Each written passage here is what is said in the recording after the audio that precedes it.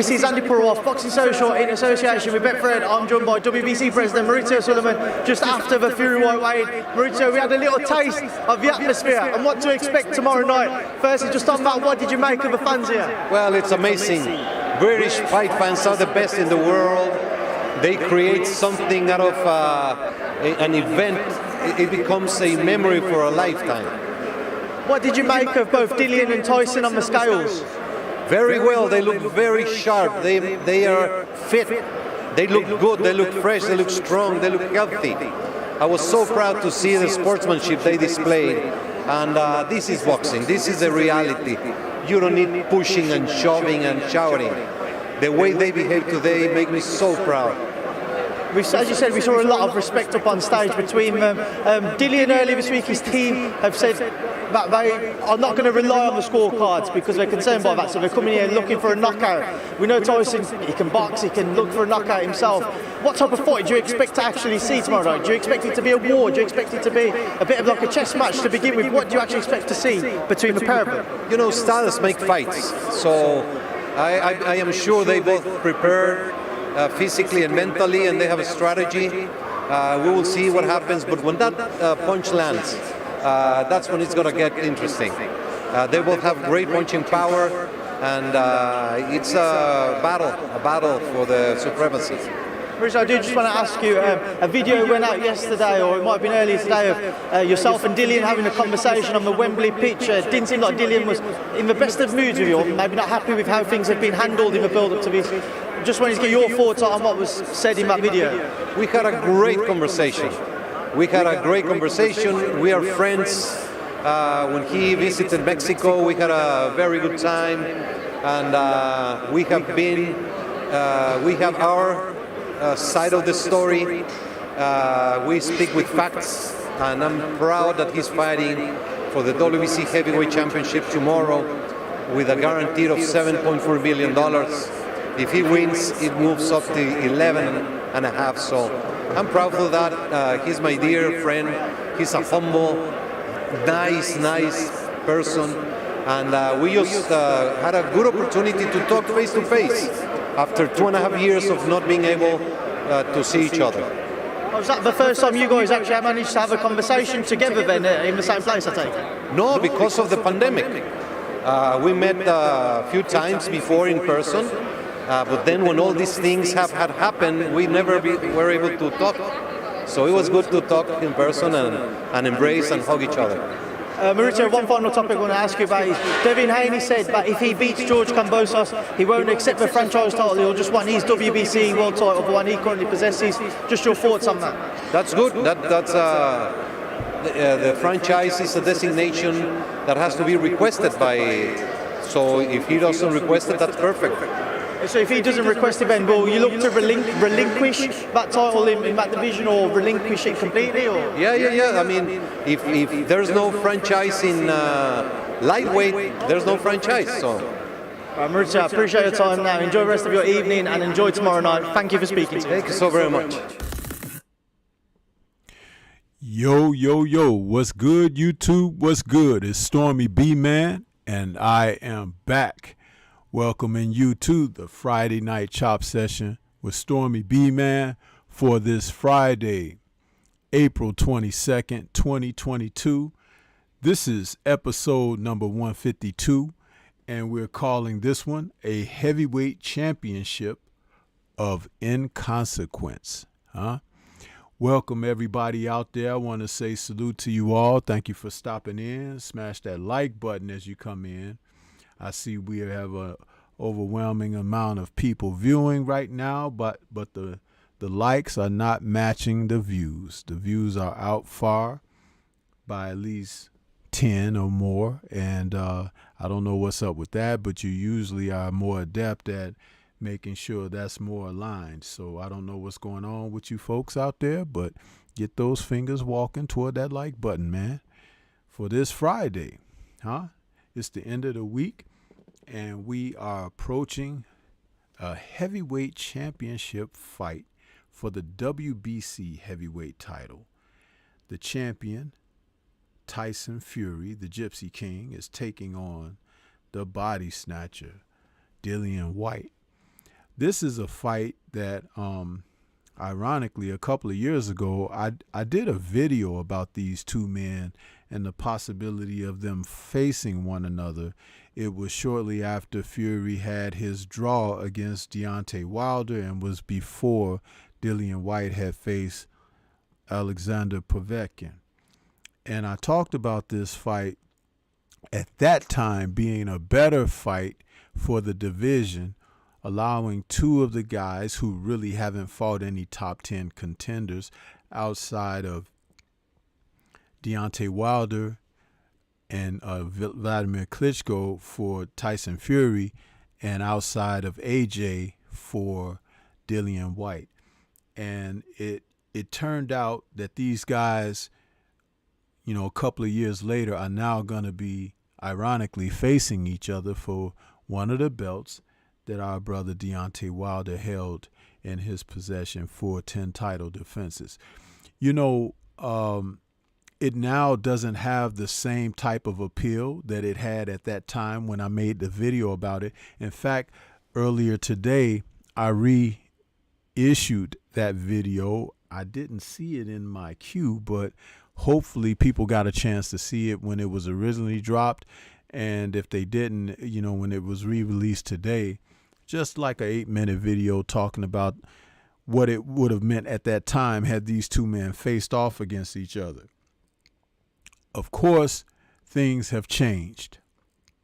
Statuses have changed, and public interest has changed.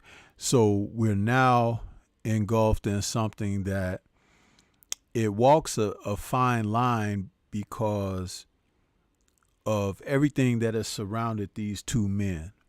Dillian White has done himself no favors in making people unhappy with him.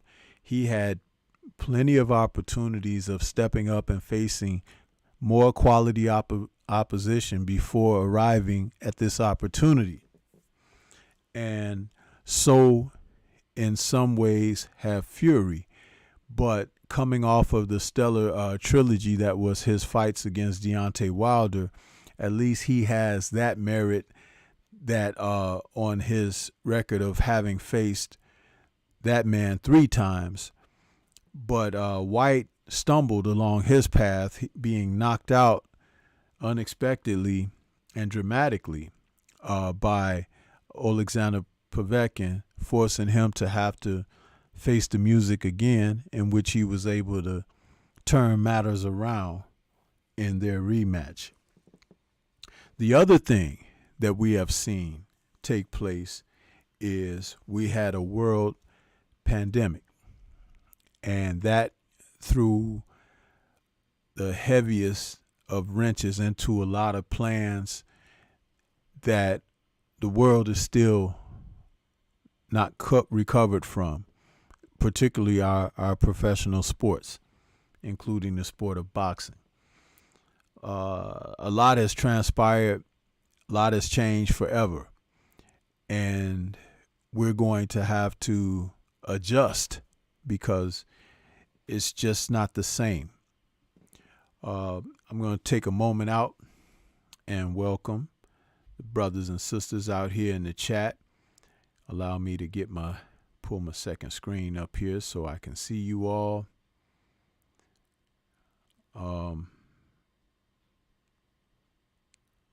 See, we got those likes coming up. Yeah, likes have caught up a little bit. It's just a whole different type of feel and vibe now with how things have gone with the sport of boxing. You know, it's just totally different. And that opening soundbite that I played for you guys, that was Mauricio Suleiman being interviewed for his participation in at the weigh-in earlier today. He just didn't seem to be as truthful and forthright. And I know he's on the hot seat right now because of some of those other things that are going on and his affiliations with certain individuals, you know, and I'm not going to talk about that on my show this evening, but you all have heard the news about the promotional group and company, MTK, and you know, there's a lot going down and everything has yet to play itself out. So we'll see. But Mauricio has been recently on record, you know, running his mouth and saying certain things, and once again talking to the media and the boxing public as if he knows so much better than we do, you know, just at the end of the day, let's say it that way. But yeah, let's get to the chat. I want to do a roll call, see for the people that's in the building. We got Young World out there saying, yo, salute Big Storm and salute to the chat. Salute to you, brother. I'm trying to move this poll out of the way because it's just in my way right now.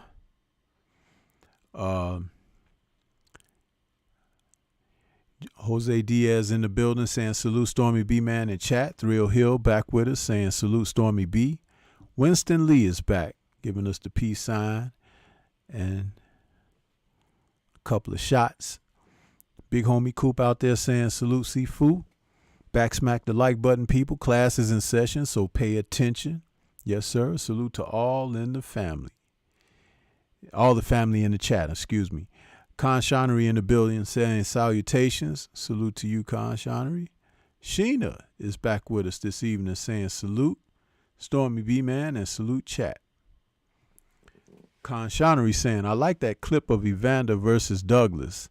Holyfield boxed brilliantly in that fight, and the left hook counter was as perfectly timed as you can get.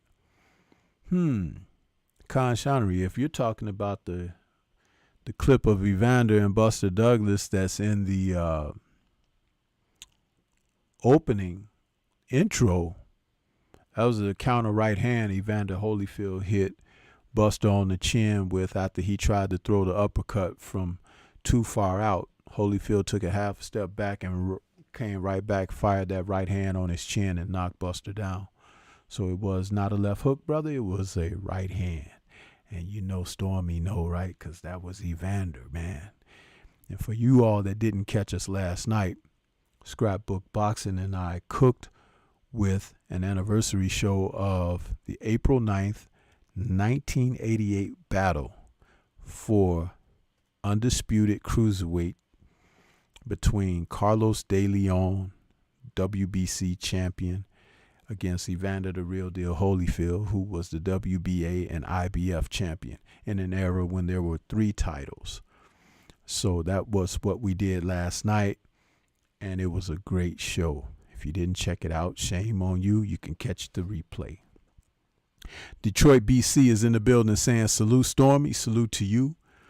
Peace to the chat, he says. And Sheena, Big Coop. Yeah.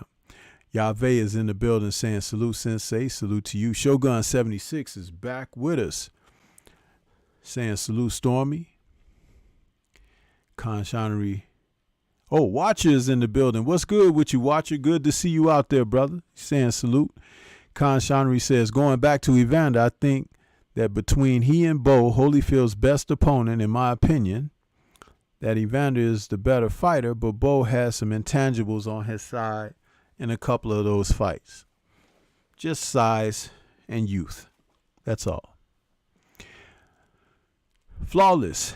Dr. Mark is in the building saying salute to the God Stormy B-Man Sensei and family and the beautiful goddesses of the Quiet Storm family. TS Boxing in the house saying Con Shonery facts. Signature Sounds is back with us saying clocking in OG Stormy. Appreciate your signature being out there, man. You're starting to show up more often, man. I appreciate your presence. Anthony Bolton in the building saying salute. Watcher says salute to you guys as well. Sheena is saluting. William Old School Arn is out there saying Stormy B-Man, salute my brother. And all of you are still saluting each other. That's good that everybody's greeting each other, man. Greet.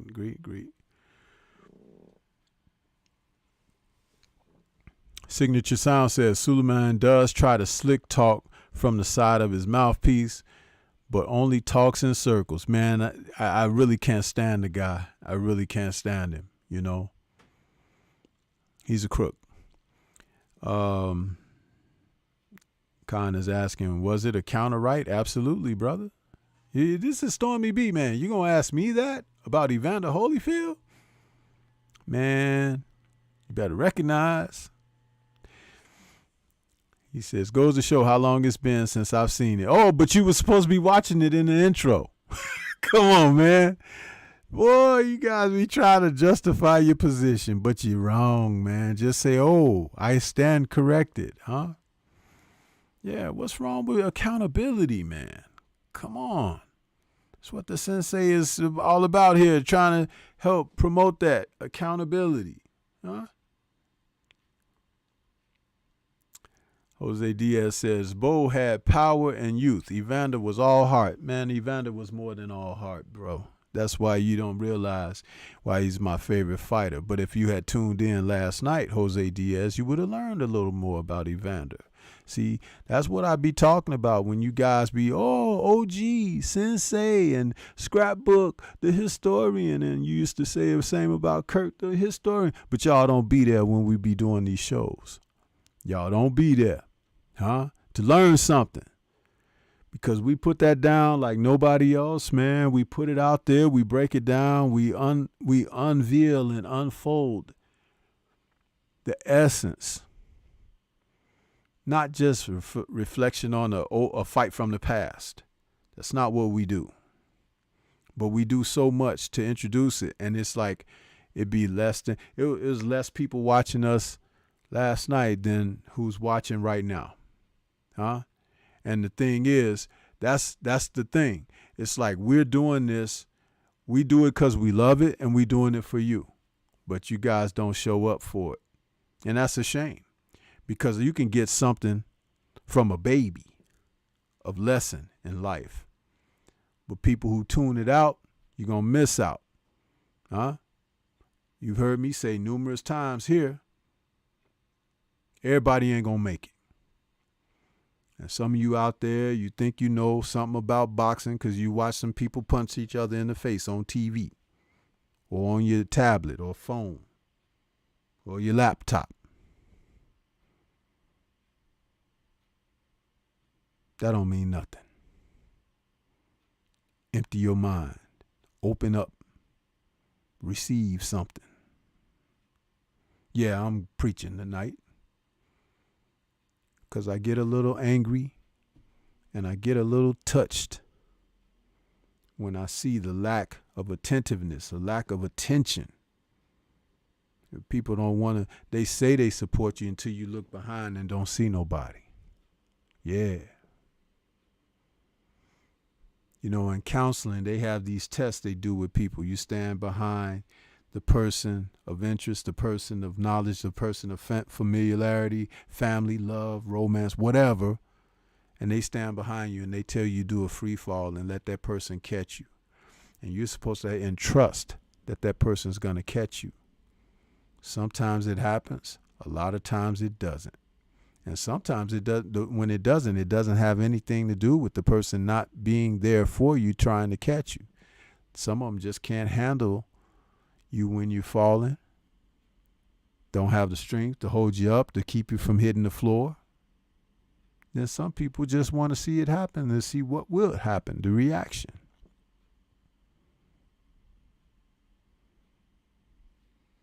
That's like me having to ask people to remind them, to, smash the like button coming in. But you hear it, but you won't hit the like button.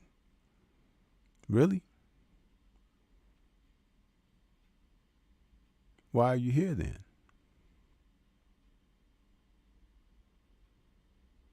Yahweh says, I'm sorry, Stormybman. This is the only poll you've made that I didn't vote on.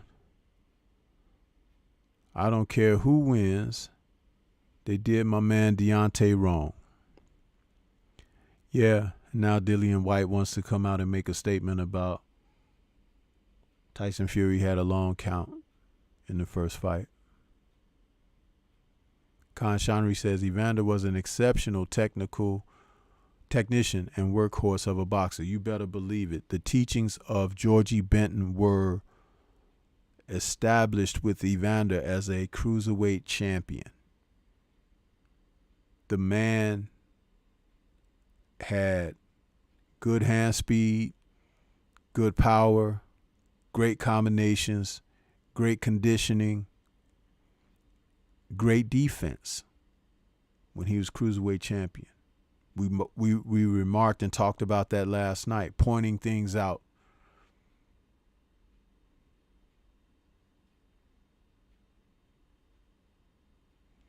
Signature Sound says, when the masses stop paying attention, the knowledge stops in its tracks. Salute, OG, for your continued attempts to inform. Hey, Signature Sounds, you just heard me give you acknowledgement, saying that I've noticed that you've been coming around more and more often. I appreciate that. And see, that's just a simple and most humble way. Acknowledging, huh? I didn't have to say that, but I did. Why did I say it? Because it's happening and it's true, and I've noticed it. So I give you that acknowledgement. I told you the only way I know how to lead is by example. That's what's being missed here. By example. You see, I don't come here with foolishness. We can laugh and joke and have a good time, but no foolishness, no disrespect.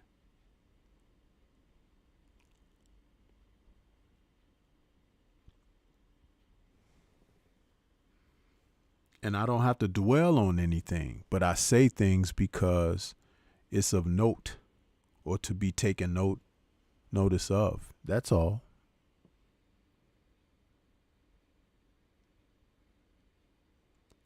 Back to a heavyweight championship of Inconsequence. Why inconsequential?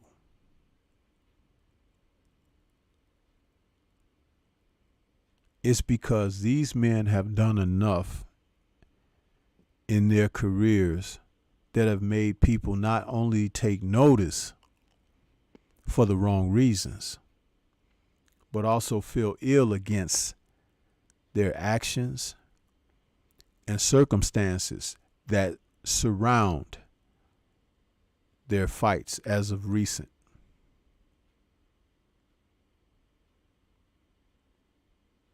You know, these people that are boxing fans, they'll tune in and watch these guys for boxing's sake.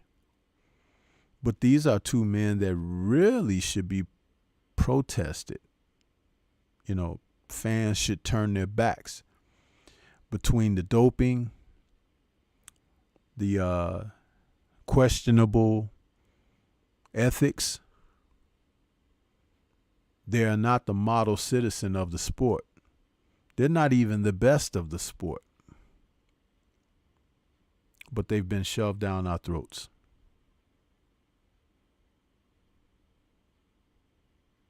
No fun in that. William Old School says, Stormybman, I just don't get it. People say that they are true boxing fans, yet they miss out on the gold that you are dropping, shaking my damn head. Hey, man, everybody ain't gonna make it. You know?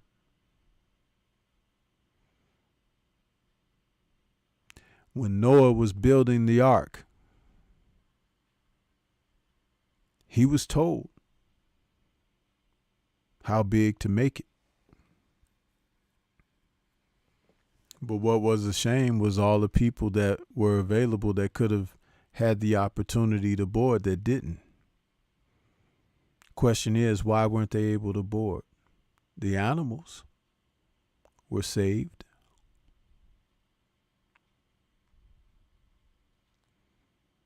That's almost like saying man isn't worth saving, right? That's why everybody ain't gonna make it.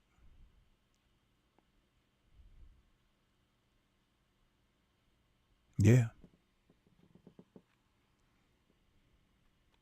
Khan Shanri says Evander himself has said that the breakdown of the amateur pedigree is a huge reflection on the missing skill set in many of the fighters of today. Yeah, but amateur fighters don't become great by themselves. It was the tutelage, the teaching that made them great. someone instilling in them that they could be the best someday. But I'm going to show you how to get there. Yeah. Go back and look at who were some of the best of the coaches for the amateur programs. And you'll find some of the very same men who worked the corners of professionals. Names in the history books.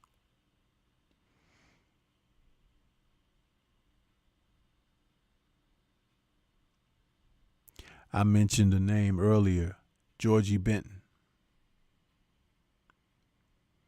Go back and watch some old film footage of Georgie Benton and tell me you can't see Evander Holyfield in the young Georgie Benton. Some Sweet Pea Whitaker as well, because those were his two marked protege, two of the most successful that he ever worked with. Not the only, but they were standouts. Sweet Pea Whitaker challenged for a world title in his 15th professional fight. Evander Holyfield challenged for a world title in his 12th professional fight. And you guys today want to sit up and talk about these guys. Oh, so-and-so ain't fought nobody or this or that, you know. He ain't grown into his man strength yet. Evander Holyfield, when he met Carlos Sugar de Leon in that undisputed cruiserweight championship fight that we discussed last night, was 25 years old. Carlos de Leon was 28 years old and a multiple-time champion already when facing Evander. He won his first world title in 1980 when Evander wasn't even on the 84 Olympic team yet. Yeah. How about that? You got guys now, they 30 and won't face each other. But they want to tell you they the best in the world. They'll take all comers, lions only, and all of that foolishness. Really? Sound like a yapping chihuahua to me. Huh? Yeah. I said it.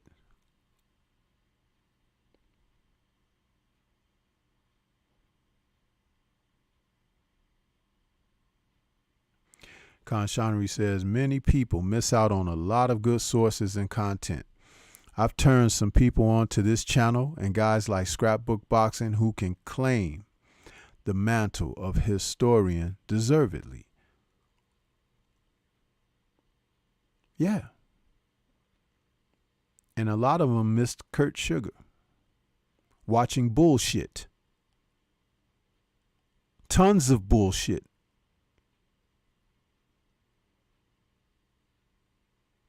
But they've come on and send out their, condolences and all of that. And he was a true historian and this and that or whatever. I knew the man. I never had the blessing of meeting him face to face, which we were talking about. But he became a friend. And I could talk to him about so much more than the sport of boxing. We shared so much in common. A highly intelligent brother.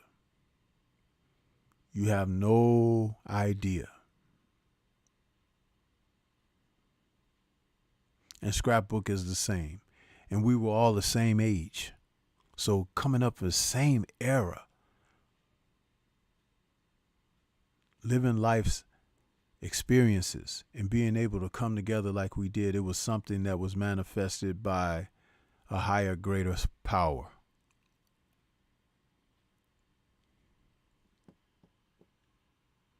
Real stuff there.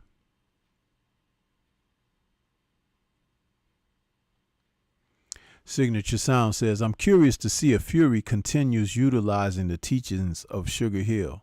You know what's interesting? And we're going to talk about this hopefully before we get too deep into the show. Fury only weighed in at 260 something pounds, 63, I think. So he wasn't up around 280 and all of that. What was that? About more power and all of that. Really? When he faced Deontay Wilder in the second and third fights. Dillian White weighed in at 253 pounds. So it's like 10 pounds less than Fury. So it's like, and they know each other. They worked with each other in the gym for an extensive period of time. They're very familiar with each other. Fight might turn into a chess match because of that familiarity. But isn't it odd? Fury's not talking about his strength and power, is he? Hasn't said one thing about it. You haven't even seen Sugar Hill. He may still be around, but there's no emphasis on him anymore. Strange? Ironic? I don't think so.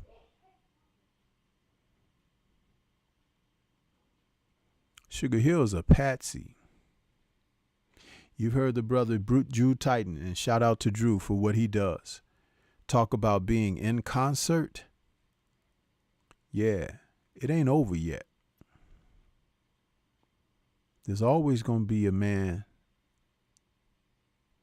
to take down, who takes the fall. William says, Stormy B-Man, there's an old saying, you can lead a horse to water, but you cannot make them drink. Never a more true statement. Conshanry says, makes you wonder where these guys are now. Georgie Benton, Eddie Futch, Manny Stewart was a guy who raised fighters from the amateurs. Well, all three of those men you mentioned, Conshanry, have passed on.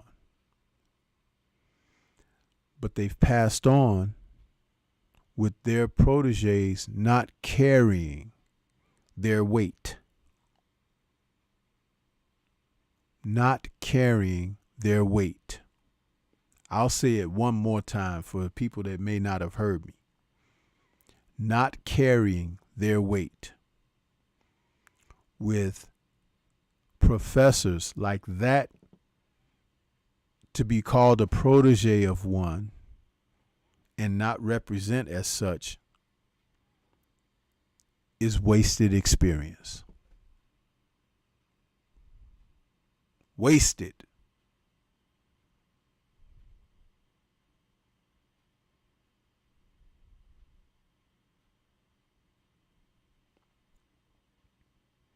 Khan is saying, isn't it the business aspect as well that's changed? These fighters seem to be asking for big bucks these days, where they end up fighting less frequent as a result.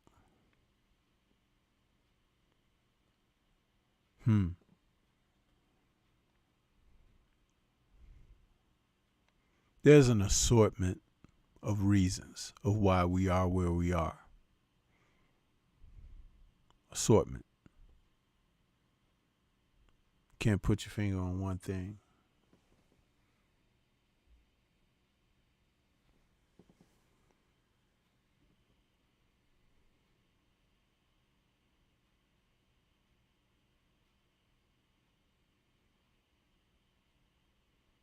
Playboy Plays. What's good with you?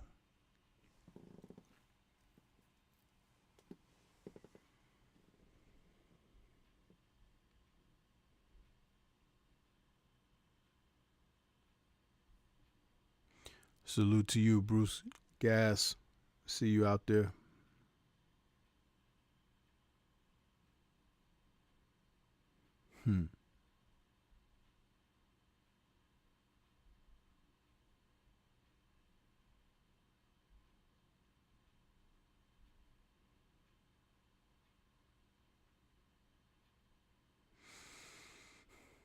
I had plenty I shouldn't say had. I have plenty keyed up for you for this evening. As you see in my backdrop here, I got this poster up Fury versus White. That's the big fight tomorrow. I'm not interested. I might listen to a fight call, but I don't know if I'll tune in. And if I do, I'm definitely not paying to see this fight.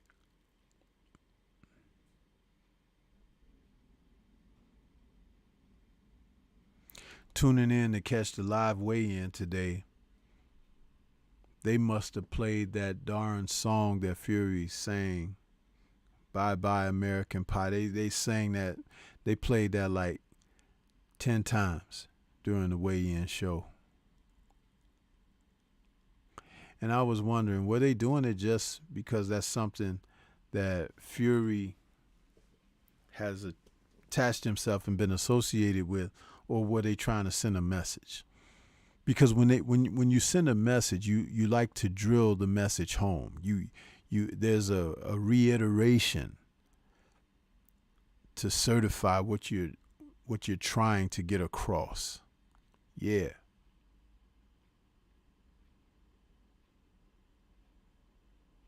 Something about that I just did not like.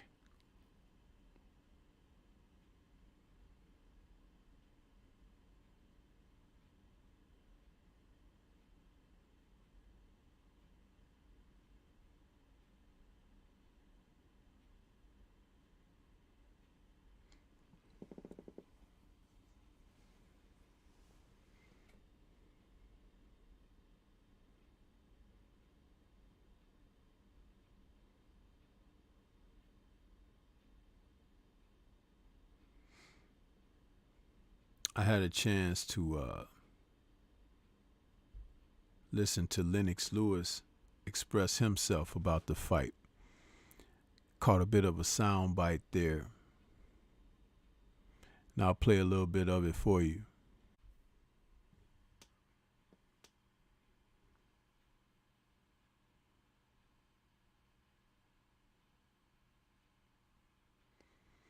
Okay, we're back, family. Sorry about that. A little bit of a glitch in the system, but we back. I told you guys there's something going on with this, and I haven't quite ironed out the bugs again, but I ironed out the bugs yet, but I do know how to get myself back up and going, so it takes a minute or two to do that, but I apologize for that. But on to what I was going to do for you. I was going to play you that soundbite for Lennox Lewis talking about the fight. So here we go.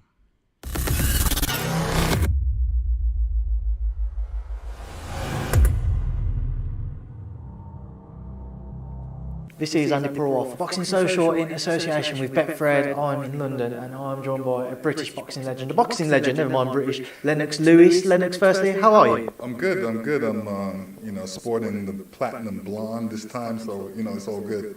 Lennox, it's obviously been a while since I saw you, as you mentioned, saw you last out in Vegas after Wilder Ortiz too, so it's good to see you again, and obviously the heavyweight division comes to life once again on Saturday night, Tyson Fury versus Dillian White. Lennox, what's your thoughts on the fight? How do you anticipate it playing out? I think it's going to be a great fight. Tyson Fury always boxes a good fight.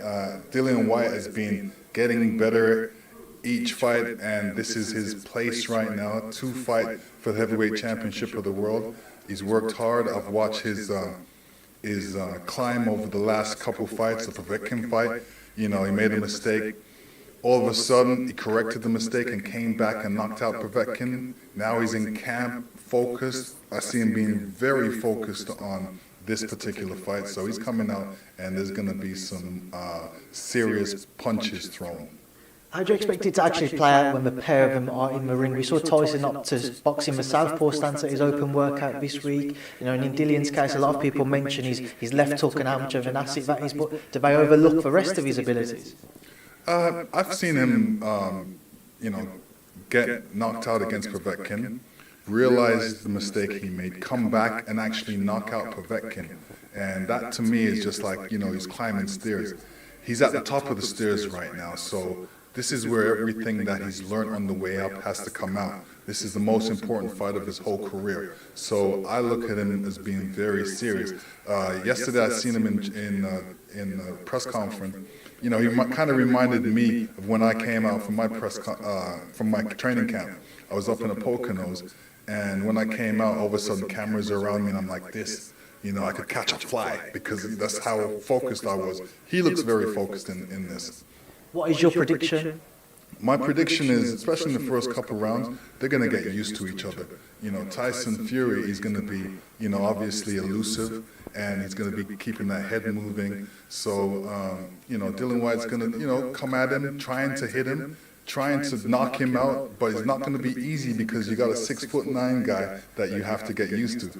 Getting sparring for a 6'9" guy is difficult because I actually had that same problem one time, so I don't know who he's been sparring with. So he's going to have that little 2-3 rounds to kind of try and adjust and try and see what he can do. Is it one that goes a distance?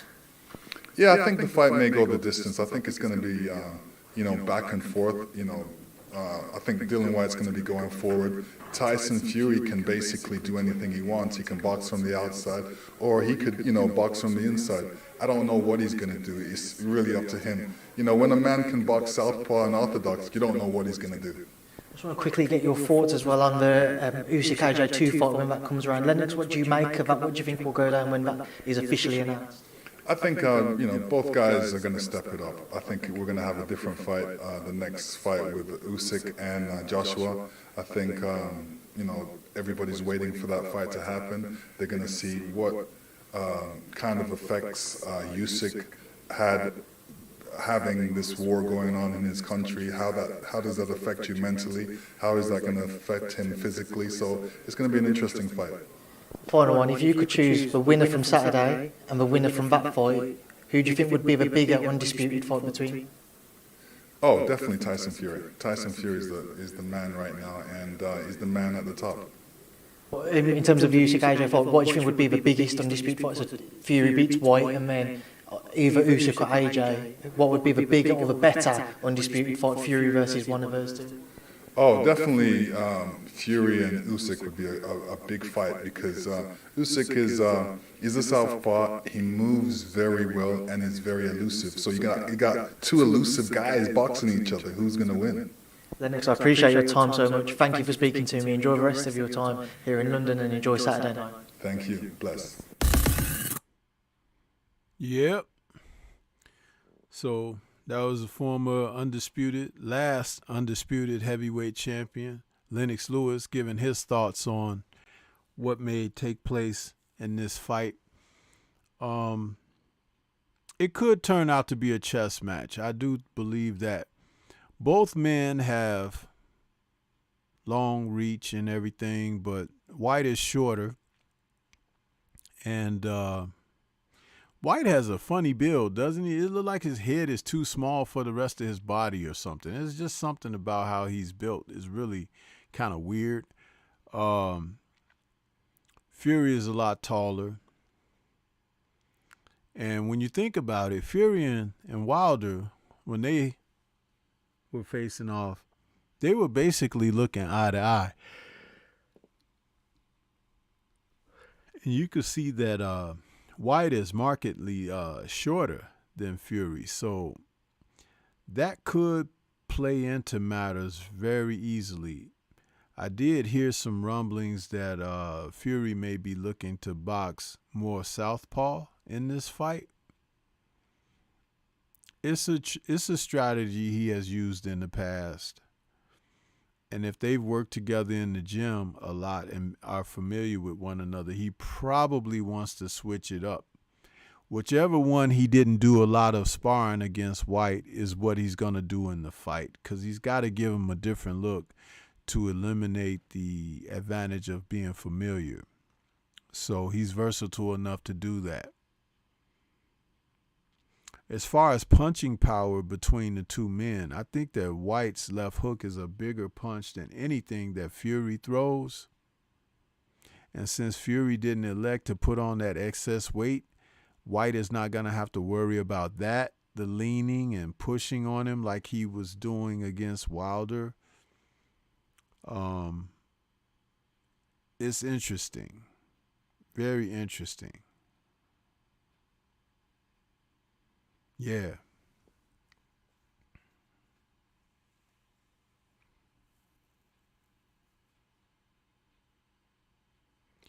So, let me get back to the chat real quick. I got to pull my second screen up for the chat.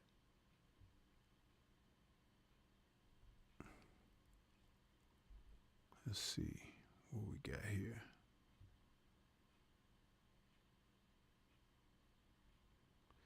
See, I have to be very careful.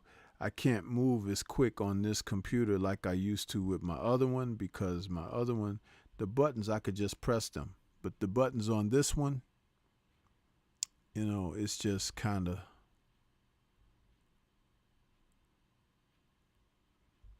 trying to see the poll results. It's not showing me the poll results. 63%. Okay.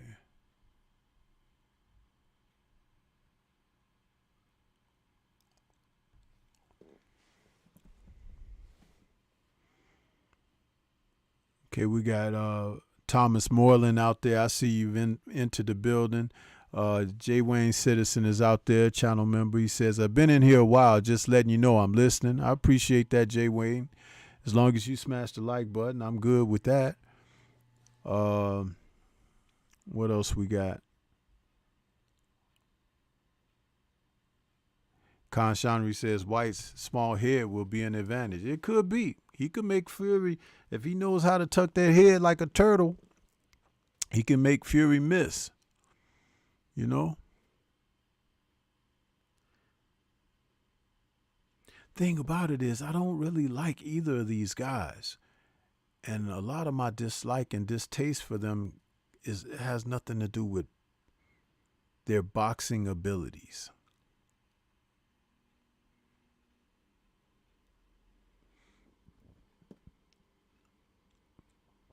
It's just difficult to give people like that consideration.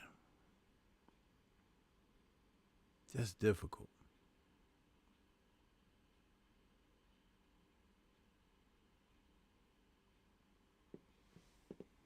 Yeah.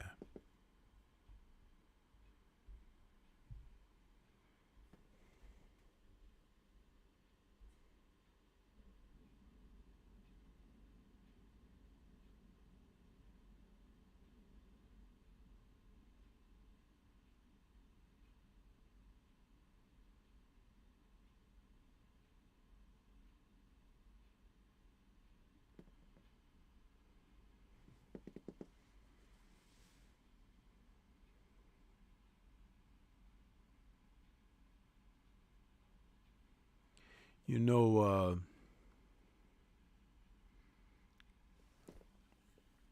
Khan Shanery, it's not even about resume. It's about the quality of what you putting out and everything. And I think a lot of these guys are so limited that there's a gaping hole in the sport of boxing for these incomplete fighters. You got a bunch of guys that don't have extensive skills, extensive ability to reach deep, the extensive toolbox, you know, to break out, to be able to defeat styles. A lot of these guys are limited, man. And they face opponents primarily who show off what they do best, which is why a lot of them, especially like these two, didn't want to fight anyone else in the top portions of the division.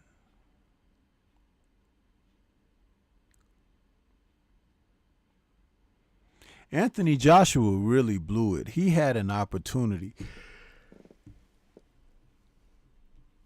to get better, and he didn't when he had the titles.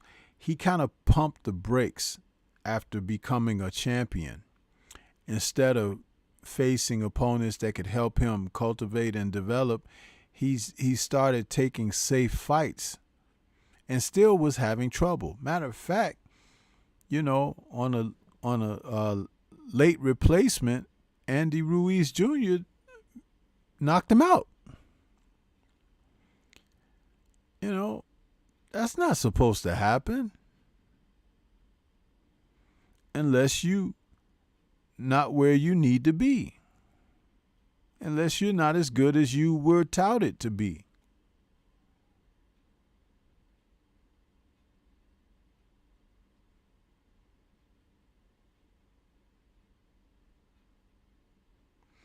Geo James, salute to you. I see you out there. Con Shonnery's asking, you're right, the content is more important, but Fury has one opponent in 2.5 years and the rest of his opponent's roster is spotty. Yeah. And Dillian White had a chance to take on someone and he pulled out of that fight. You know, it's like, come on, man. Are you kidding me? You guys just really do not want to face quality opposition.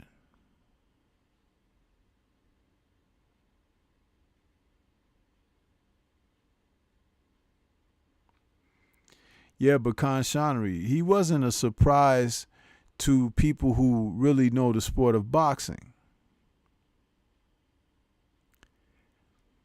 Evander Holyfield talked about Andy in the gym.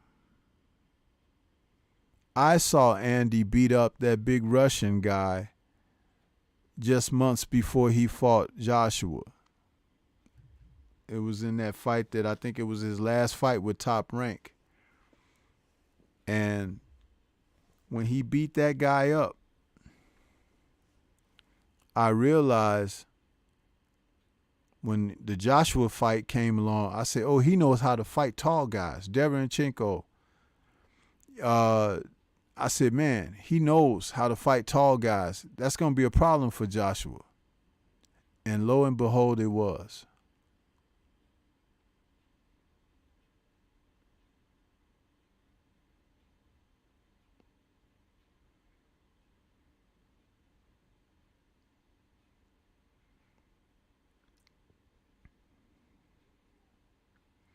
Yeah, Con Shonnery, they didn't even want to reschedule the fight with Otto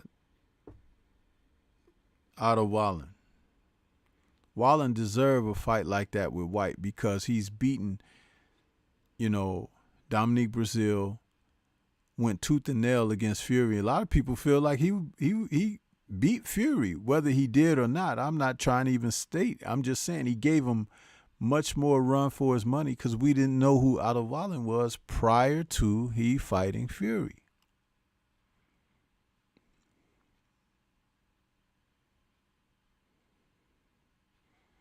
And he hasn't fought since the Brazil fight because people don't want to face him. It's like, you see how these guys in the heavyweight division move or do not move? They sit like a rock, on the shore, waiting for a tide to come in and pull them out. But if that tide don't come in and pull them off the beach, they're going to be sitting there instead of taking to the seas and seeing what's out there to explore. But they want us to respect them, though. They want us to have consideration. Well, boxing is a business.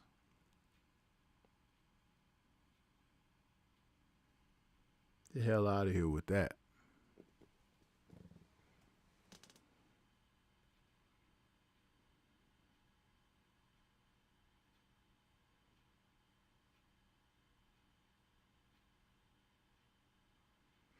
J. Wayne Citizen, you are speaking to the choir, bro.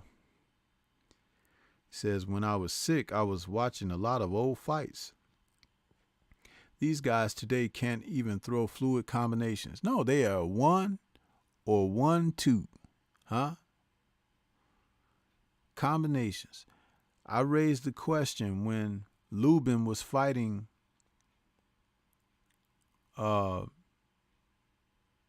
what's the kid's name? Fondura. You know, on my post-fight show, I said, do you know why he was able to put Fondura down? He was able to put Fondura down because he, at that time of desperation, because that was his last gasp, but it should have been his mindset earlier to throw combinations. The kid can take a solid shot, but can he take 2, 3, 4 of them, 5, 6 of them when you put them together? Did you notice how once Lubin started letting those hands fly, he was looking, trying to reach and hold or something, and he got shook, and then he ended up going down because that heat got turned up on his ass. I don't care if you're a great puncher. Put them together. Run the numbers, as old coaches like to say. When you run those numbers, don't nobody know when you're going to stop. But they're going to either try to get up the hell up out of there, clinch, grab, take a knee, something, because you turning it up. And every punch doesn't have to be a home run. Every punch don't have to be the knockout finishing blow.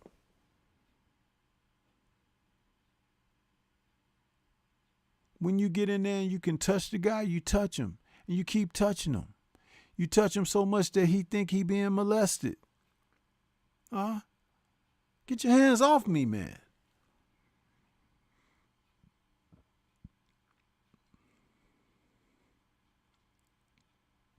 That's why boxing is a mental game, man.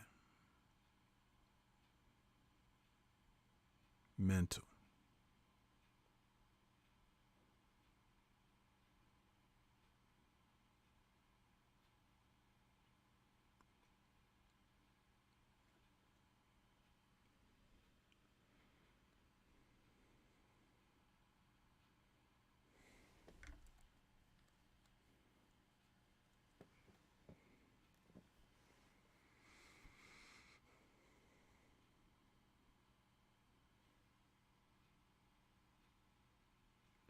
Smash my like button, huh?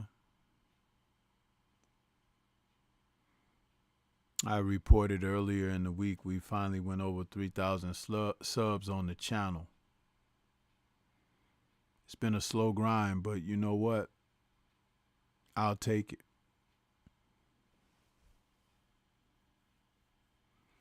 Because I've had more people come on board than leave, jump ship. And that's a powerful statement within itself.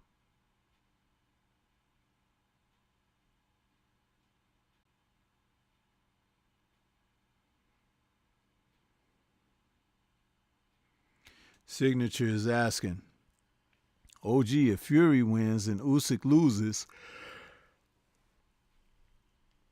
does AJ run the trilogy back or go for undisputed? Well, Fury said he's done after this fight, right? He's lied before, so we could just wait to find out if it's another lie.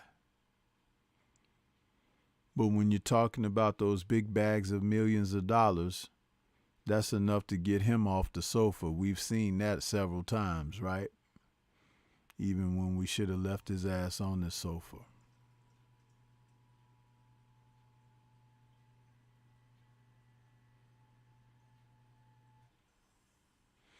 I believe that Fury beats Joshua easier than the fight with Dillian White is going to be.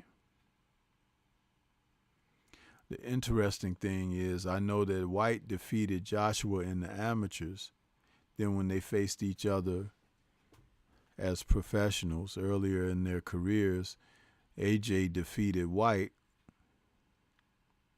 But I believe between the two fighters, White has made the greater advances as far as getting better in his career than AJ.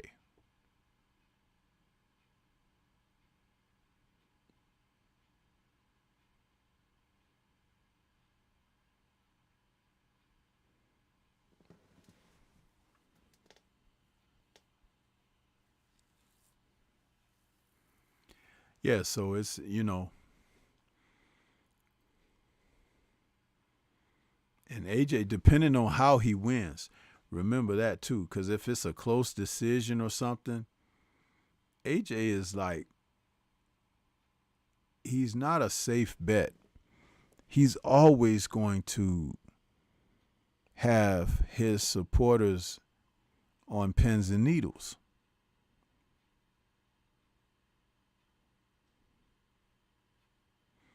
He literally went around and interviewed with 20,000 coaches, man.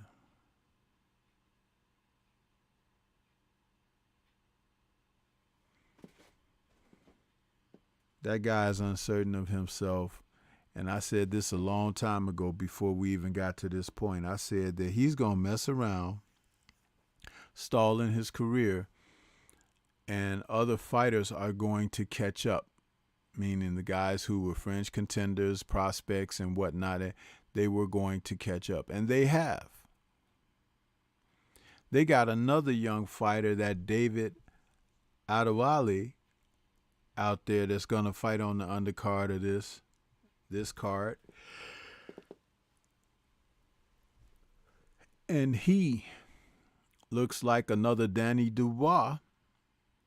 Strong, 6'3", 6'4", muscular guy, big punch. I think he's only got 8 fights though. But he's the kind of young, strong guy that a couple more fights under his belt, he can challenge for AJ because he's athletic and he's strong and powerful. And AJ, you hit him upside the head and funny things happen.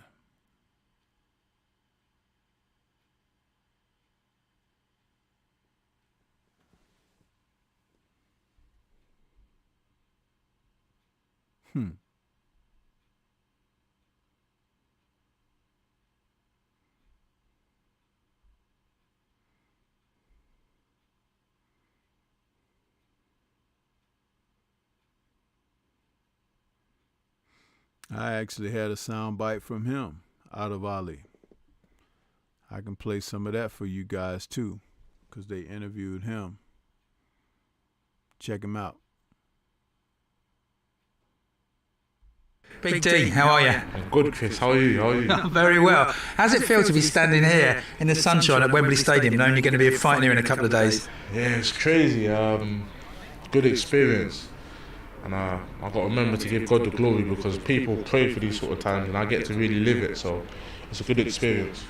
Yeah, I mean, you take that at this stage of your career, fighting at Wembley Stadium with a full house, wouldn't you? Definitely, I'll take it all day long.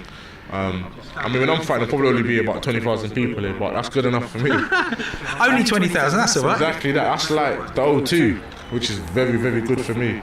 Yeah, and also not just that, but it's going to be broadcast around the world. I mean, you one big knockout, and your name's going to be in lights. That's true. That's true. And exactly that. I will be delivering. God willing, I mean, it'll be a devastating knockout. Not just any knockout, but devastating. And hopefully that's what I bring to the table, and I think I'll deliver. And has your training changed at all for this fight and your last fight? Because I know there was some controversy a couple of fights back. Has anything changed? Have you gone back to the drawing board and looked at things different? A lot's changed. I'm not the same fighter I was 12 months ago whatsoever. You know, I'm injury free. I got no problems going into this fight. So this is me. And not a bad build-up, training alongside the heavyweight champion of the world. Exactly, and getting to see how he gets ready for fights like this. And like I said, I'm a sponge, so I just soak all of these things up. It's good to see how they get ready for the fights. So that when I am at that sort of level, it's easier for me to know what to do. Yeah, and yesterday's press conference was interesting with him and Dillian. It's expecting fireworks, and it was like all quite respectful, wasn't it? Yeah, it wasn't what I was expecting, but fair play to him. The fight's been sold already, and it's going to be a good night on Saturday night. And you saw Dillian yesterday. He looks in good shape. What do you think is going to happen Saturday? Backing my man Tyson, man. I've been in the gym with him, so I see what he does. I see what he's capable of, and I'm going with him. Derek Shaw came out today and said he's going to put his house on Dillian winning. Oh, is that what he said? Yeah. Fair play. I mean, look, everyone's split. I mean, I think come fight week, everyone's starting to be split down the middle, but obviously I see what he does in the gym and whatnot, and so I think I know who I'm backing. And how well do you know Dillian? Do you know him at all? I don't. I just know he's a good fighter. I know he's got bottle. I mean, that's one thing he can do. He can fight. So I don't really know him personally though. And for you personally, looking around here now, are you visualising what it's going to be like on Saturday night with all those people in? Yeah, it's going to be loud. It's going to be loud. Everyone's going to be having a drink, cheering, be hearing the sweet Carolines. It's going to be good. It's going to be good. And what about yourself? What will you do after? Is your plan to get business done and then come back out and watch the rest of the fight? Yeah, so God willing, after I've stopped Chris, I'll come out, watch the main event, have some fun, eat a pizza, and chill. Yeah, it's the pizza always comes out. What's your go-to topping this time? Barbecue base, extra cheese, pepperoni, some sweet corn. I like it a bit plain, man. That's me. And how do you feel talking about food when you can't eat that sort of food at the minute? Are you sort of salivating, waiting, dreaming of that time? It's funny because literally when I'm on like my Instagram and whatnot, all that comes up is like food porn. So it's like food. I get satisfaction just looking at it. I'm looking at all of these cakes and all of these other things. I can kind of just taste it through the screen. But it's good. I'm satisfied. I mean, the times I go out to eat and my friends eat food and they're all like, oh no, sorry dear, I shouldn't be eating it. I'm like, no, eat it in front of me because I get the satisfaction seeing you guys eat it. So it's good. That takes some discipline though. Yeah, it does. But like they say, it's only like the first week and a half it gets hard. After that, it kind of becomes easy. You don't even really think about it anymore. Well, Tommy Fury is also fighting earlier. I've just spoken to him. He says he's going to have a few beers as soon as he's finished, so he's to cope with the nerves of watching his big brother fight. Yeah, I can imagine. I don't drink no beer, so that pizza's going to be me. You know what I mean? Well, so you and Tommy at the bar, him down in pints and you necking a pizza. Eating a pizza, full-size pizza. You're going to see it, I'm telling you. Meet us at the bar after the fight. I'll hold you to that, mate. And okay, just finally, I just want to apologise on behalf of BT for cutting you short the other day. There was even an article in the newspaper about it. Well, I didn't even know. I just heard Paige talking about it. What happened now? You guys did me wrong there, though. And I'm blaming Paige for that.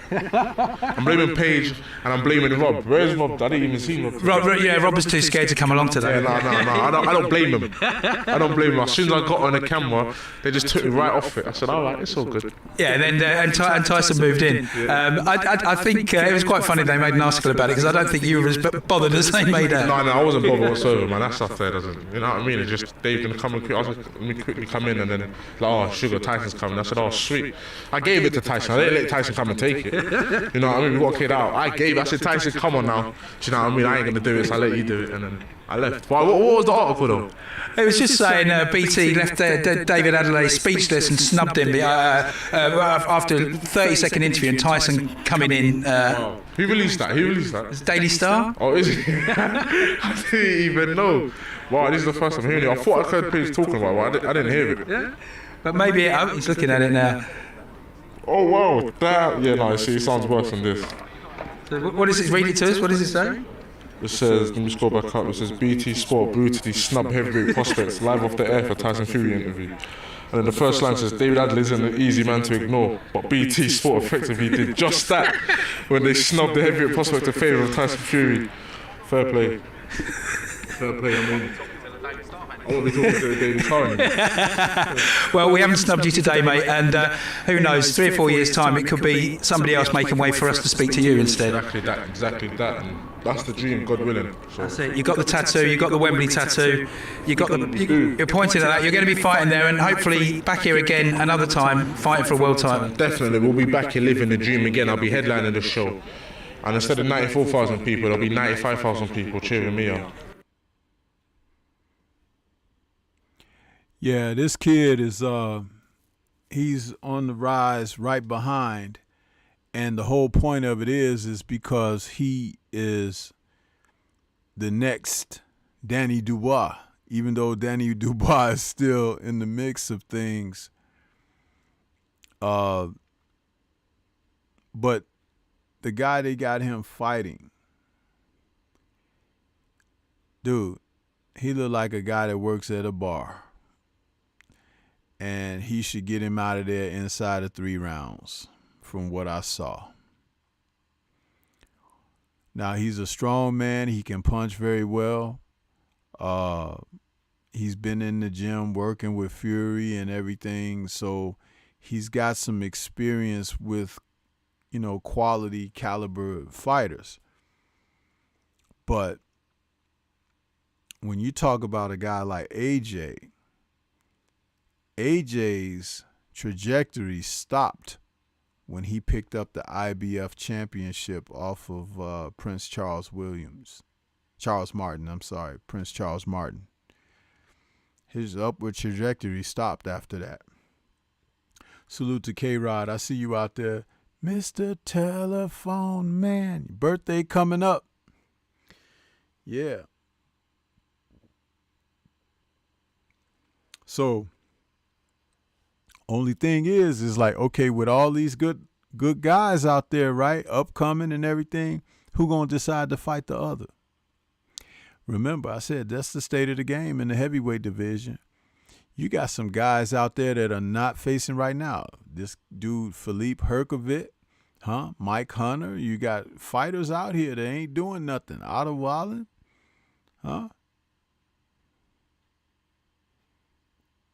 Ain't nobody mixing it up. Joe Joyce. Where's Bryant Jennings at? All of these guys, it's like, really? Luis King Kong Ortiz is still willing to fight people, but don't nobody want to fight him. When he's approaching 60, they may give him a shot.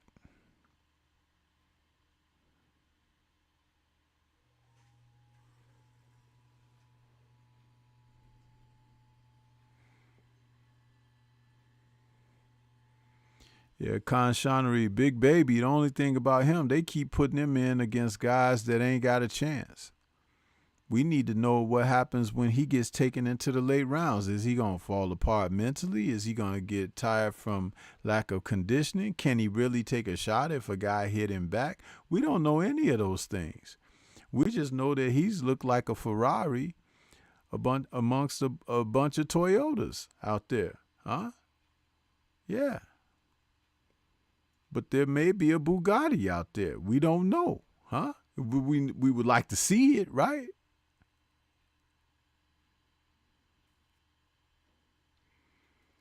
Conshonery, Joseph Parker is on standby just in the event that Dillian White is not up to fighting tomorrow night. Joseph Parker is on standby. He's the substitute fighter waiting in the wings in the event that, for whatever reason, White decides he ain't gonna fight or show up or whatever. Because remember, he didn't show up for any other promotion until we got down to this past week and last week. He just showed up just now, but he has been a non-participant prior to that. So they've looked for insurance by hiring Joseph Parker to be on standby. That's a damn shame you have to do something like that. Damn shame. Yeah.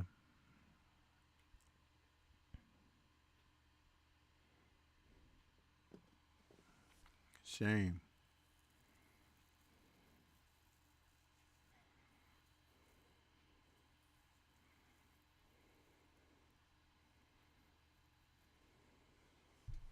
So, yeah, that's what it's looking like as far as that.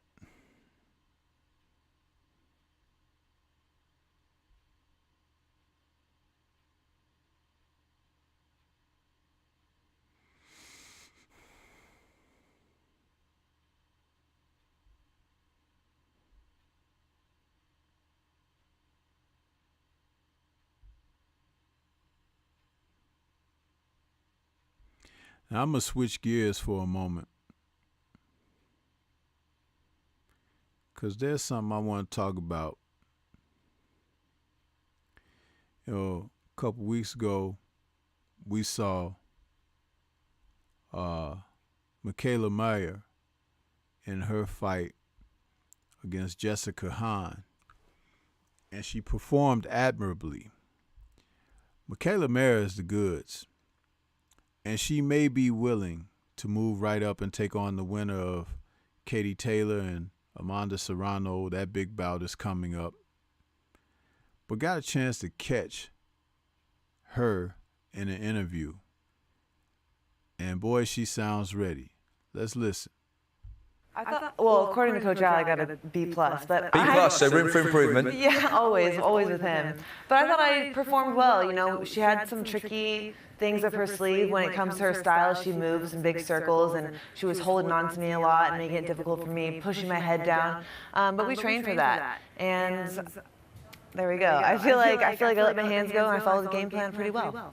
Yeah, and I mean, we're watching some of the footage now. Did you come out of it relatively unscathed? I have never been so sore after a fight, and I'm telling you, it's because that was part of her defense, was pushing me down, and she didn't like the inside work, and that was definitely something that I had to heal from. But for the most part, yeah, I'm fine.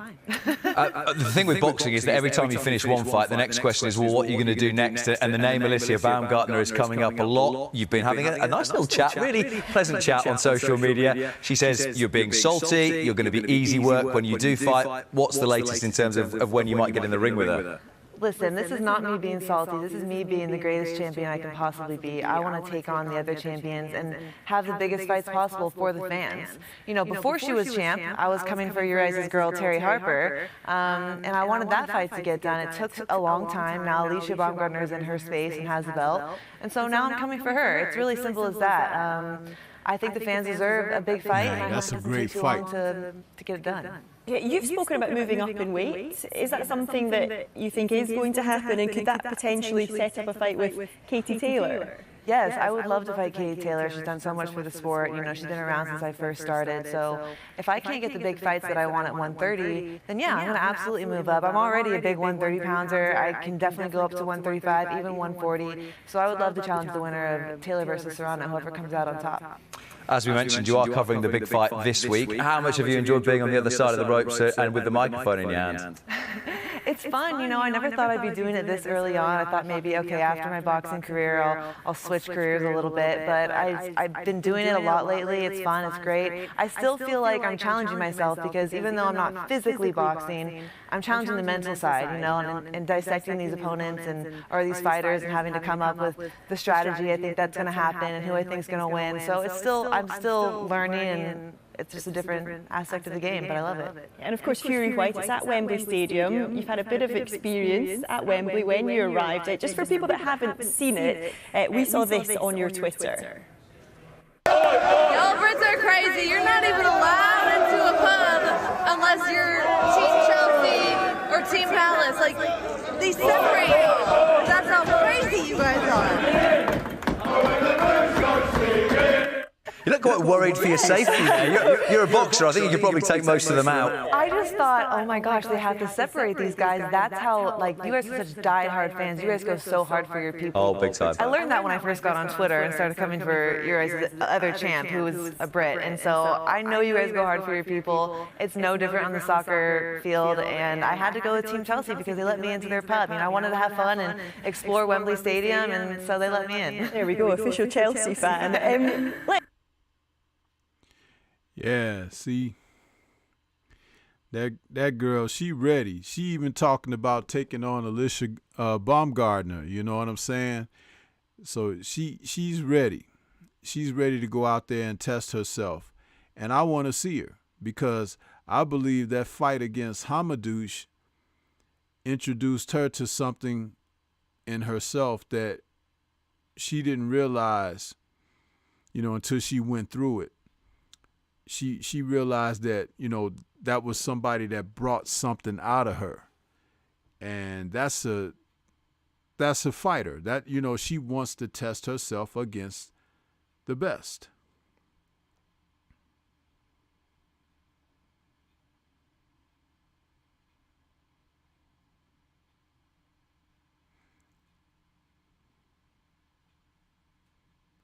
K-Rod, I'm sorry, but I have to respectfully disagree with both of your comments there.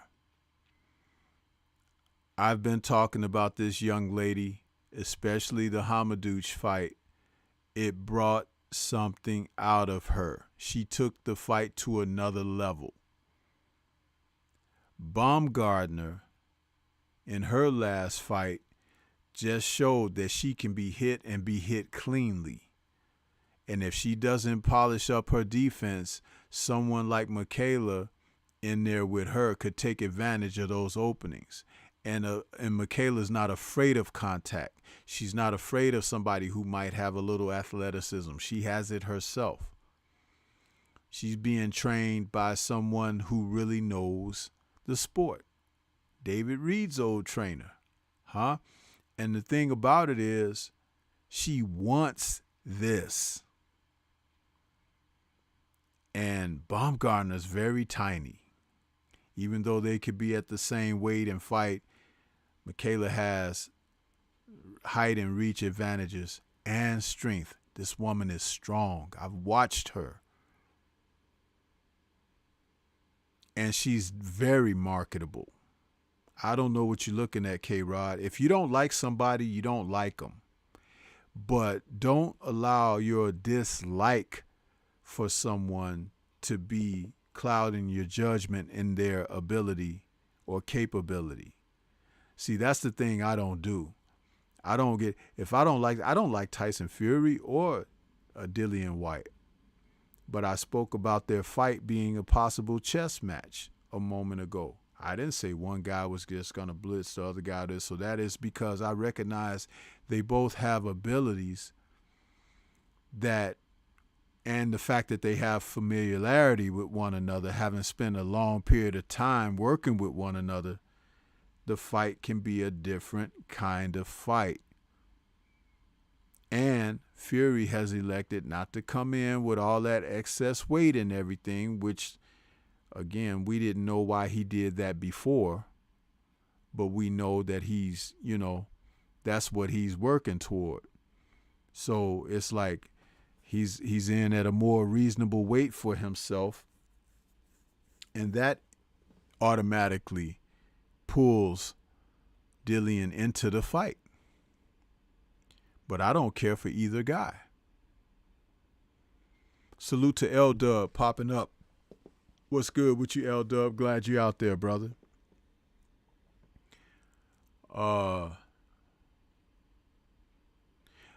K-Rod, that's fine. That's fine. Okay, you made your statement, bro. That's fine. I'm not debating. I'm not debating.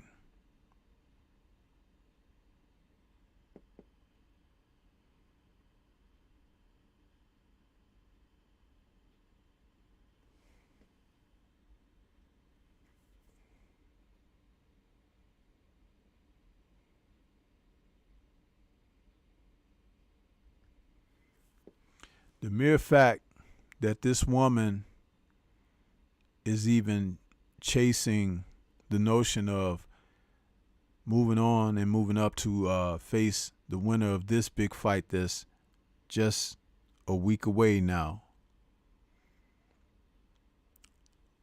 The Spence versus Crawford of the women division of boxing. What a great fight this is between these two women. They're contrasting styles, contrasting personalities, contrasting skill sets. Because Serrano has been a fighter who can stop people. Katie has been a person who can get rough and tumble in there and rugged and outwork people. There was a time when she was throwing punches at a higher volume, but at the older age, I think she's in her mid 30s now. Serrano may be catching her at a time when she's not necessarily at her best, but she's still the best. Right there at that weight, and it's up to Serrano to prove that she's no longer. But it's a damn good fight. I've been watching the build up to this. I've been listening to their interviews. I'm enjoying this promotion because I've been watching the women's boxing going all the way back with Layla Ali and Christy Martin and those around the era, and Wolf. And I just have an appreciation for how far the women have come in the sport. and doing their thing. And these women of today are interested in facing the stiffest of competition, the best. We can't say that about the men's division anymore. But boy, are the ladies setting it ablaze. Yeah. They're setting it off. And this one will be held in MSG, the Mecca of boxing. No better place. No better place.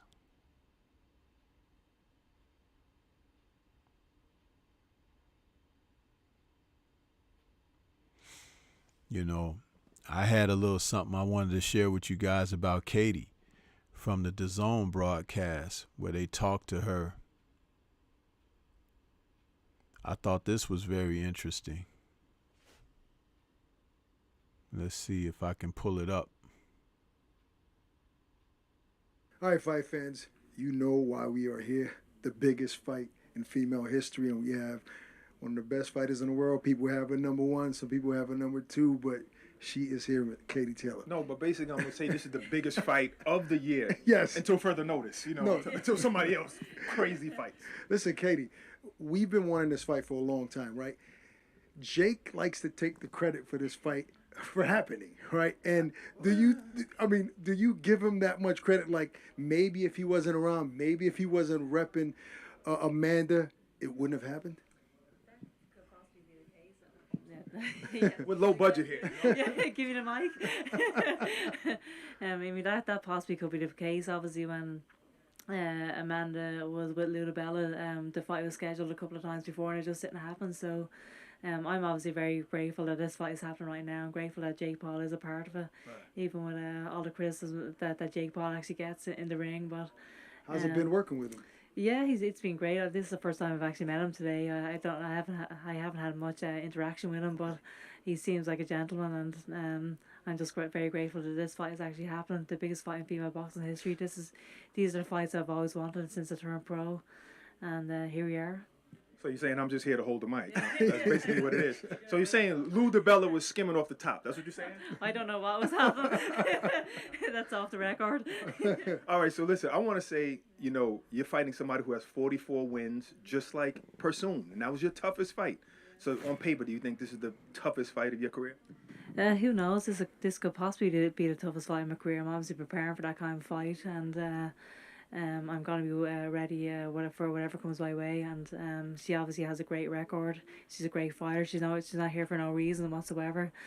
She is a great fighter, no doubt about it. But I do feel like if you look down the list of her opponents, you'll see recognisable names on my resume. You'll see the likes of McCaskill, Pursoon, Jonas, among others, and even as an amateur fighter, I was in with world-class fighters on a consistent basis. So I have been tested, I have been refined in the fire, and I feel like that will stand to me in a fight this competitive.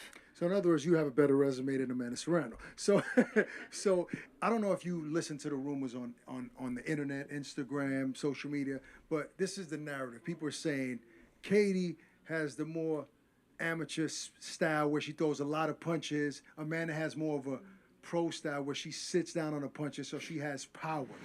Do you pay attention to that noise, and are you going into that fight with a certain game plan of dealing with her power, having to deal with her power? Yeah, I'm not concerned about her power. To be honest, I feel like I have got a fantastic chin. I think I've always had a great chin, so that's not something that I ever think of even stepping into the ring. But I'm obviously aware of what people are saying about the fight.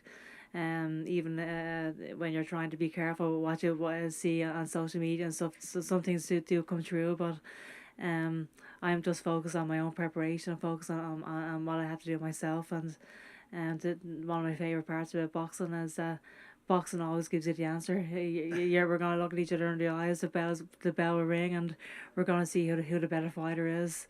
And so that's one of my favourite things about boxing. Are you ever tempted to respond to some troll on Instagram? No? No, sure. Why? We'll do the pull-up for you for that. We'll pull up on somebody and bring you. Well, if you're not tempted to do that, let me give you an opportunity to talk some crap.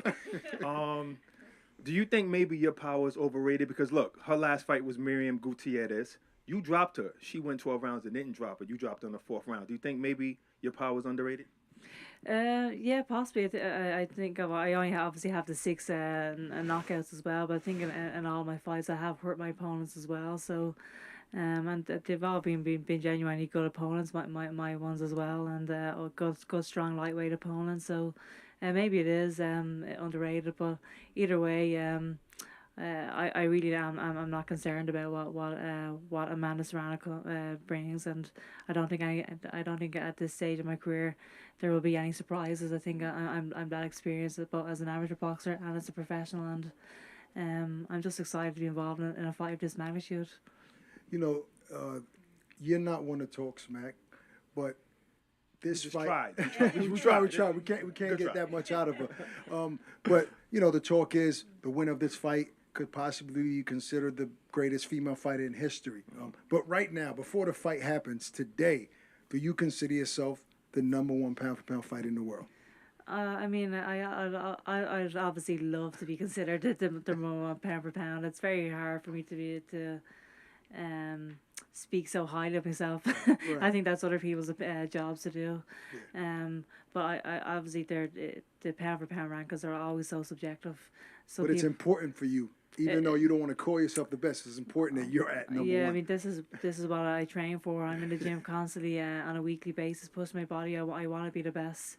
I want to be involved in the best fights possible. I want to fight the best, and I want to be involved in history-making fights. This is all about legacy, and I want to build a great legacy. And yeah, I do want to be the best. Okay, from the outside looking in, let's say April 30th. You weren't fighting, but Katie Taylor was fighting Amanda Serrano, and also Stevenson was fighting Valdez. Which fight would you watch? Of course, I'd actually watch both. But you can only watch one at a time now. Cut it out now. I'd obviously watch this fight because this is an historic event. This is a history-making fight in the 140-year history of Madison Square Garden. This has never happened before, and this really is history. What's your take on some of the comments that Bob Arum recently said about women's boxing? How nobody cares about it. Yeah. Be blunt. Yeah, I mean, Bob Arum definitely doesn't pull any punches, and any of his interviews. So I'm not surprised he came out with something like that, but. Bleep! She just cursed like yeah. I really couldn't care less what he has to say. I think the support and the reaction that this fight has gotten since it has been announced has been incredible. People are very, very excited about this fight, and it's going to be a huge, iconic moment in women's boxing. Now, Madison Square Garden is known to bring a lot of Puerto Ricans out when fighters like Tito Trinidad, Miguel Cotto fight or have fought. Now Amanda's fighting. But New York City has a big Irish community. Who do you think is going to have more fans in the building that day? Oh gosh, I don't know, but whatever's going to happen on the actual night, the atmosphere is going to be absolutely electric. You're going to have passionate Irish fans, passionate Puerto Rican fans. I had the privilege of fighting here twice before, and the whole stadium was full of Irish people. All around the arena, it was full of Irish flags, and I expect the same on April the 30th as well. I know that there's a lot of Irish people travelling for the fight as well. The support is going to be amazing for both of us, and I can't wait for it. Okay, last question. When you first heard that it was going to be at Madison Square Garden, did you say, I'd rather have it in Ireland? No, I think for a fight of this magnitude, it has to be here. When you think of Madison Square Garden, you're thinking of these iconic fights like Muhammad Ali versus Joe Frazier, Rocky Marciano, these kind of fighters. Even when you're walking into the building here, you're seeing these kind of posters around the place. This is the biggest fight in women's boxing history, and it has to be in the most iconic venue in boxing history. This is the Mecca of boxing, and there's no better place for a fight like this. No, and you'd be surprised, even though you're from Ireland, this is considered a neutral venue because of the Irish people here. I'm not going to miss it. You guys don't want to miss this for April 30th. Katie Taylor. Yeah, that was some great stuff there. Salute to those guys over there at DAZN for the interview with Katie. They're easily accessible to her because she fights on DAZN, so they do a lot of interviews with her, and she seems to like them, and she's very settled and relaxed when she speaks with those guys. I like Katie more and more after being able to hear her speak and express herself and things like that.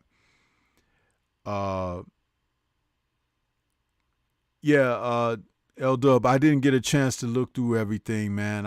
I got so much going on right now. It's like, between my doctor's appointments and everything, I just haven't been able. I haven't even checked all of my emails this week and everything. So it's no, slap at that. It's just I haven't been able. But I do like what's going on here.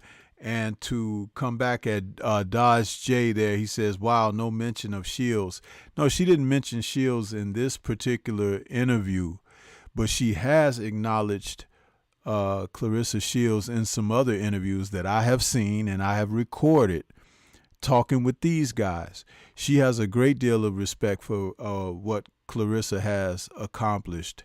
And she was even asked at the presser that they did for this fight, and she acknowledged her as well. So, no, Katie hasn't done that. She hasn't omitted Clarissa. But Clarissa is also at a higher weight, so it's like she's not talking about facing her. And at her age and everything, she's not interested in trying to move up and prove something like that. She's probably settled in as far as she's going to go weight-wise. But at the same time, Clarissa did make it be known that if one of them young ladies down there want to say her name, her nutritionist said that they can help her get down there to where they are. So I don't think you're going to hear nobody calling Clarissa out, but just let it be known she is respected. Okay, she definitely is. It's Savannah Marshall who doesn't want to give Clarissa her just due and everything. That woman is so disrespectful toward Clarissa. It's unbelievable. So that's turning into a real serious grudge match there. And I only hope that it could be fair play and let the chips fall where they may. That's what I'm looking forward to with that. Yeah, that's right, Conshonery. Katie is cool, and so is Serrana. I am definitely looking for this as well. He says, that's cool. I like to see the respect and acknowledgement amongst the fraternity. Absolutely. Listen, I'll tell you guys, in March, it was National Women's Month, right? I did a special stream. My boxing raps, I did a special stream where I had the interview that they did with Clarissa, Sinisa Estrada, and who was the other fighter on there? Alicia Baumgartner, I think, was on there. I did a stream with those ladies. You guys wasn't there to watch it because I don't remember seeing most of you in that chat for that live stream, but I did it. I covered those women. Stormy is doing his part out here. I'm telling you, man. And when I was complaining earlier in the show and I was talking about people not showing up and everything, that's what I'm talking about. You got people that come in here and want to say stuff out their mouth and everything like they really know what they're talking about. But it's like, are you really paying attention to the sport?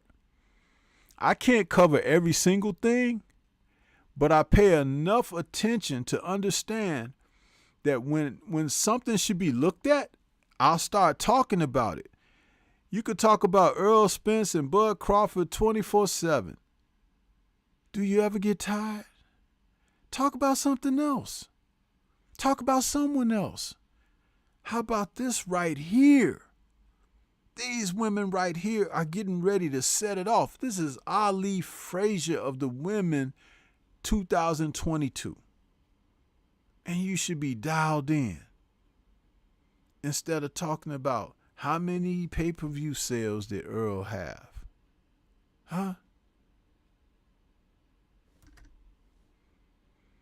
It ain't gonna never be enough because it's all about the money to begin with. And when it's about the money, ain't nobody ever happy because everybody want a little more.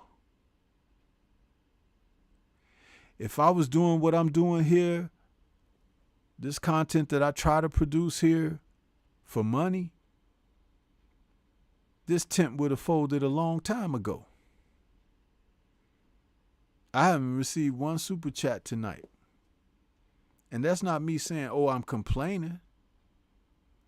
But I've seen people throw money at folks for doing absolutely zero and helping my brain advance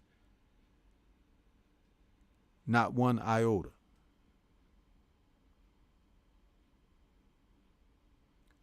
Fucking ridiculous. And if you're offended, so fucking what? I'm offended that you come sniffing around here acting like you supporting, but you ain't. Because many of you ain't real. You're bullshitting. And I can smell it.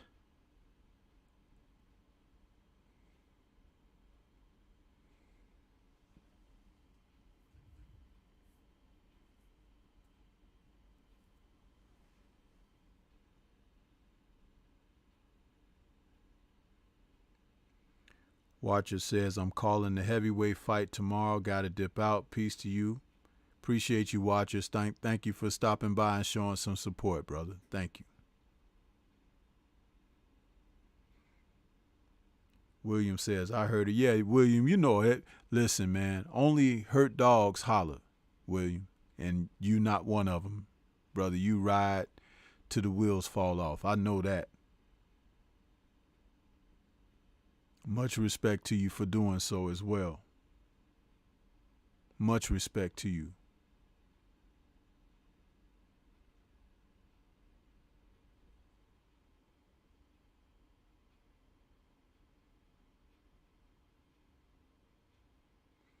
But Conshonery, that thing about the knockouts, it may not only be the 2-minute rounds, could be the ounce size of the gloves that the women wear. They might need to go an ounce or two smaller, you know, because that would be more effective for them.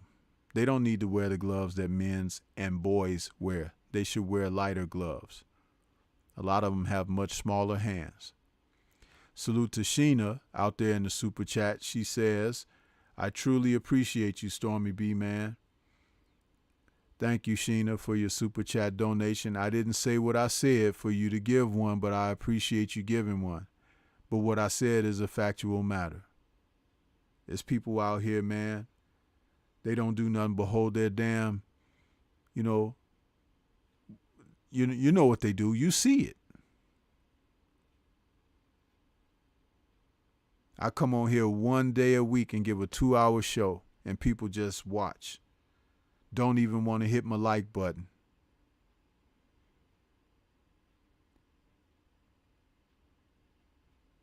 But it's always, oh, OG, oh, Sensei, fuck you.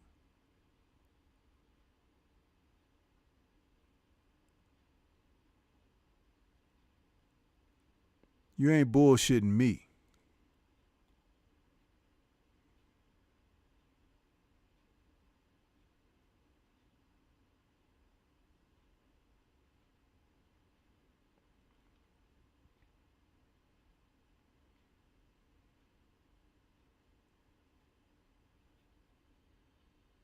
And I'm going to do you a favor. You're going to see less of me. If you don't see me here, you ain't going to see me elsewhere. Yeah.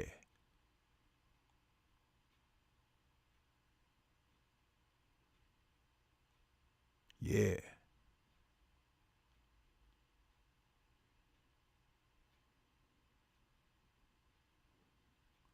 I got an evil streak.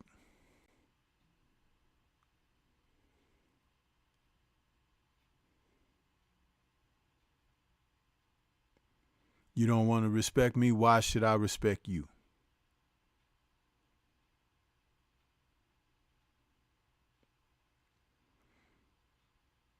And I've shown and given tons of respect. But no payoff, no dividend, no return.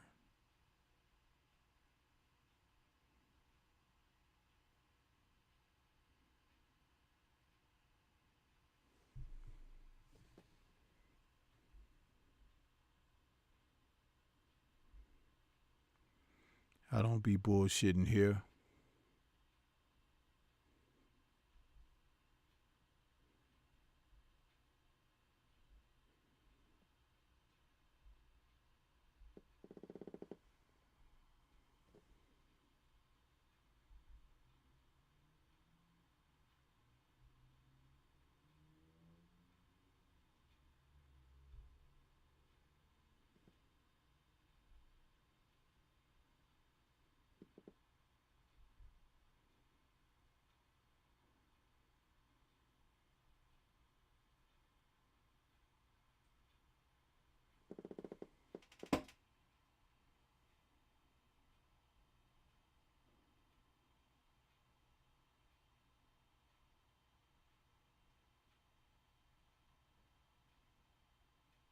Yeah, you see them numbers drop off? Like I said, William, only hurt dogs yell.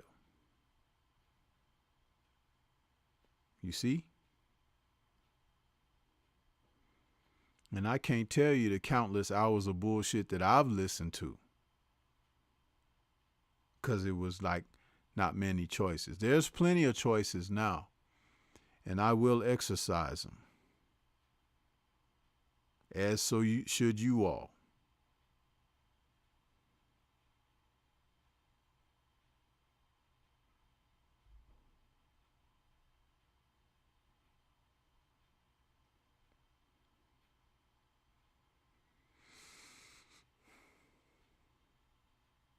Peace. I hope you guys have a great weekend.